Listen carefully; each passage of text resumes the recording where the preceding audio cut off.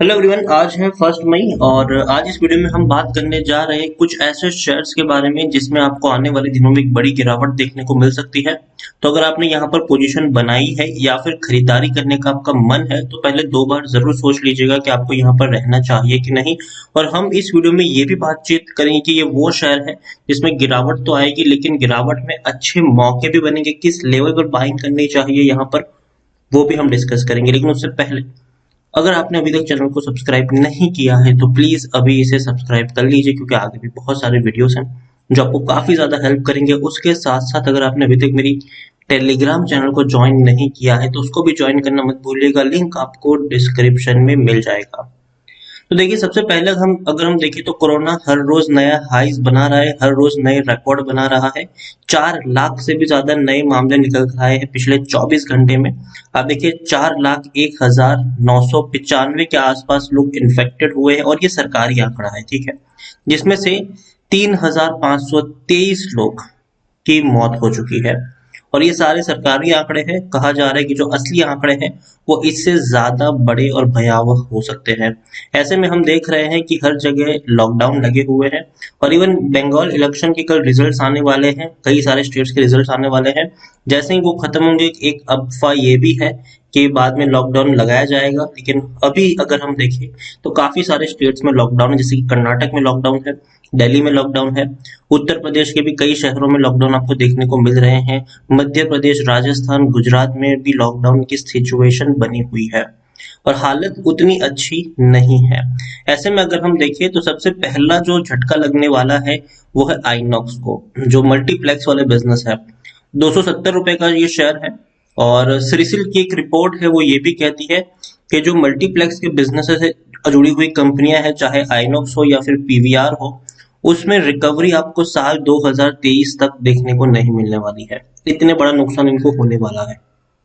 270 रुपए का ये शेयर है, 1.5% तक टूटा है। देखिए, एक साल तो ये लोग जैसे तैसे करके सह गए, ठीक है, एक साल का नुकसान तो ये लोग सह गए जैसे तैसे करके, लेकिन अब और ज्यादा नुकसान सहना इनके लिए भी कहीं ना कहीं एक अच्छा संकेत नहीं होगा।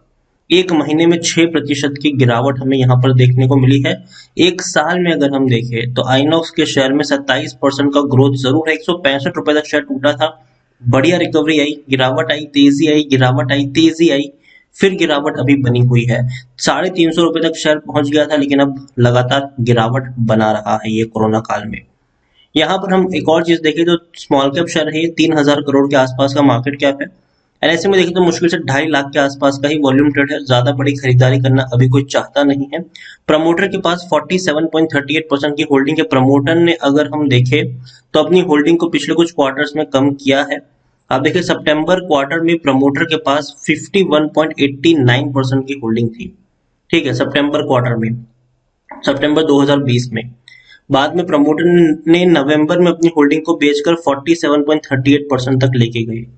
एफआईएल्स की बात की तो एफआईएल्स ने खरीदारी करी है, 12.28% की होल्डिंग 15.90% हो चुकी है और म्यूचुअल फंड ने बिकवाली करी है, 21.79% की होल्डिंग 20.43% है यहाँ पर। एक और चीज है, डिविडेंड पेइंग शेयर है ये, और डिविडेंड इन्होंने 2019 में पे किया था, 2020 में पे नहीं किया था और 2021 में भी डिविडेंड आपको नहीं मिलने वाला है। प्रमोटर आप देखिए तो जीएफएल लिमिटेड है, 46.85% की होल्डिंग है और 11% की जो होल्डिंग है वो तकरीबन इंडिविजुअल इन्वेस्टर्स के पास है। बिल्कुल उसी तरीके से पीवीआर की भी मैं बात करूँ तो 1,140 रुपए का शेयर है। पिछले एक महीने में देखे तो एक महीने में ये बड़ी गिरावट लेके बैठा भी है, 9% तक टूटा है ये शेयर। और एक साल में देखें तो ये गिरावट आपको 12% तक ग्रोथ है, 750 रुपए से तेजी आई, गिरावट आई, तेजी, गिरावट, तेजी। देखिए, 1,565 रुपए तक गया था शेयर, लेकिन दोबारा टूट भी गया उसी तरीके से। अब फिर से तेजी की तरफ जाने की कोशिश कर रहा था, लेकिन अब और ज्यादा नीचे आपको गिरावट देखने को मिलेगी। मिड कैप शेयर ये भी है, 7,130 करोड़ के आसपास का इसका मार्केट कैप है। यहाँ पर आपको समझना चाहिए कि प्रमोटर की जो होल्डिंग है वो 17% है। यहाँ पर एफआईएस और म्यूचुअल फंड ने बड़ी खरीदारी करी है, लेकिन इंश्योरेंस कंपनी यहाँ से एग्जिट कर चुके हैं।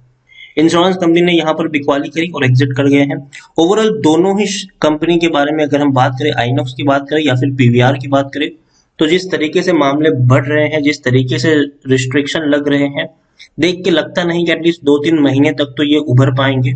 और नुकसान तो भैया अभी और ज्यादा देखने को मिलेगा आपको यहाँ पर, और बड़े लॉसेस आपको यहाँ पर देखने को मिल सकते हैं। आइनॉक्स के बारे में अगर हम देखने की कोशिश करें तो मार्च क्वार्टर के जो रिजल्ट्स आए उसमें आप देखिए 90 करोड़ के सेलिंग में 93 करोड़ का नुकसान है इनको। इससे पहले दिसंबर में 102 करोड़ का लॉस था इन्हें। तो भैया नुकसान ही नुकसान इनको हो रहा है। पीवीआर की अगर हम बात करने जाए तो पीवीआर को भी देखिए 49 करोड़ का लॉस था दिसंबर क्वार्टर में, इससे पहले 180 करोड़ का लॉस था। तो नुकसान में है ये लोग, और अपनी इस नुकसानी से बाहर आने में ही इनको वक्त लग जाएगा काफी सारा। तो जैसे कि क्रिसिल की रिपोर्ट है कि भैया 2023 तक का तो वक्त लगेगा इनको रिकवर करने में सिर्फ। तो अभी तो मैं कहूंगा कि आइनॉक्स और पीवीआर दूर रहे अभी इनसे, लेकिन हाँ, आइनॉक्स का शेयर 200 रुपए से नीचे मिलता है, बाइंग कर सकते हैं। पीवीआर का शेयर अगर आपको 800 रुपए से नीचे मिले, बाइंग कर लीजिएगा आप यहाँ पर, अच्छा मौका बनेगा बाइंग का। एक और शेयर है स्पाइस जेट।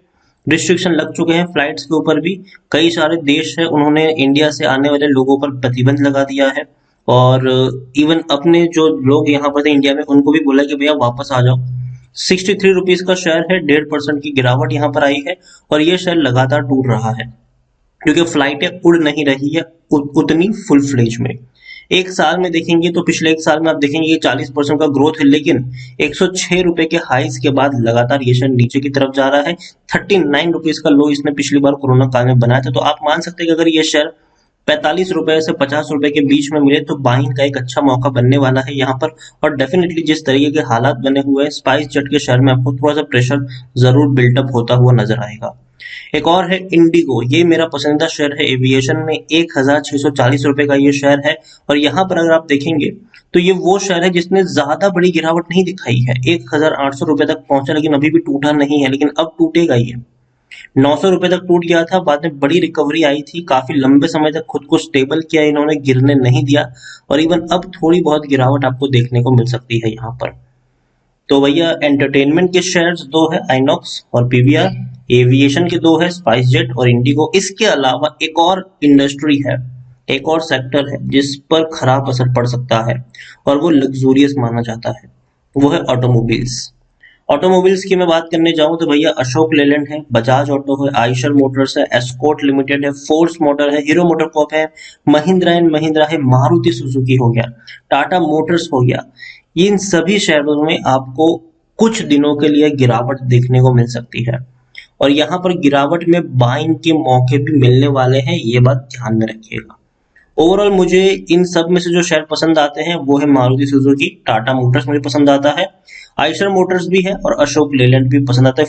एस्कॉर्ट की बात करें तो भैया ये भी एक अच्छा शेयर है, इस पर भी आप यहाँ पर दाव खेल सकते हैं। लेकिन जिस प्राइस पे ट्रेड कर, जैसे कि अशोक लेलैंड 112 रुपए के ऊपर ट्रेड कर रहा है, अगर ये आपको 90 रुपए के करीब मिलता है तो मौके हैं यहाँ पर। उसके अलावा आयशर मोटर्स 2421 का है, 2000 के करीब मिलता है तो मौका है खरीदने का।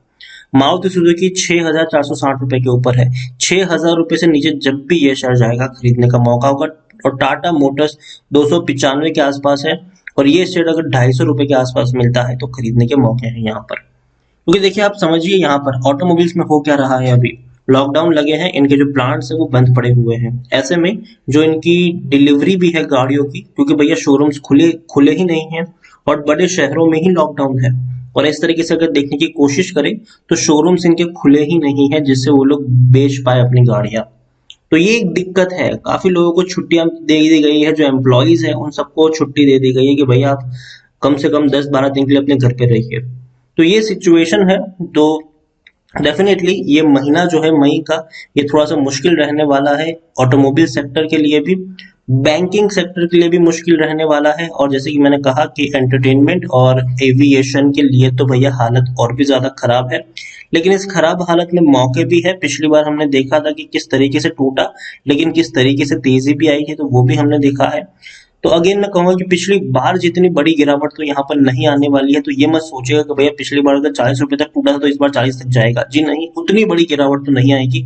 लेकिन हाँ, गिरावट जरूर आएगी, और थोड़ी बहुत गिरावट आपको देखने को यहाँ पर मिल सकती है। तो ओवरऑल यही कहूंगा कि इन शेयर्स में अभी मौका नहीं है बाइंग का, लेकिन नजर रखिएगा, एक हफ्ते बाद मौके बनने वाले हैं यहाँ पर। क्योंकि देखिए वैक्सीनेशन का काम बड़ी जोरों शोरों से चलने वाला है। हालांकि वैक्सीनेशन की शॉर्टेज भी है अभी इंडिया में, काफी सारे स्टेट्स ने बोला है कि हमारे पास भैया वैक्सीन ही नहीं है, हम कहाँ से लगवाएंगे 18 साल के ऊपर के लोगों को वैक्सीन।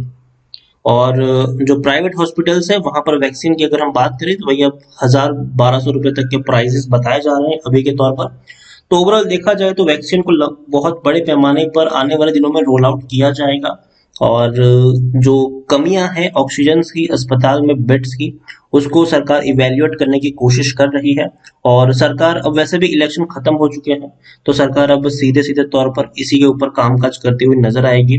तो उम्मीद करते हैं कि बहुत जल्दी हम इस महामारी से छुटकारा पा लें, इसमें कंट्रोल पा लें, ताकि जो हमारी रोजमर्रा की जिंदगी है वो फिर से शुरू हो सके। लेकिन इन शेयर्स पर नजर जरूर रखिएगा, खरीदने का मौका अभी नहीं है, लेकिन हफ्ते 2 हफ्ते में एक अच्छा मौका आपको मिल भी सकता है। वीडियो को यहीं पे एंड करूंगा, पसंद आया हो तो लाइक करो, शेयर करें। चैनल पर अगर पहली बार आए तो प्लीज सब्सक्राइब करें। और इन सभी में से आपको कौन सा शेयर पसंद है उसके बारे में आप मुझे कमेंट में लिखकर बता सकते हैं। Thank you.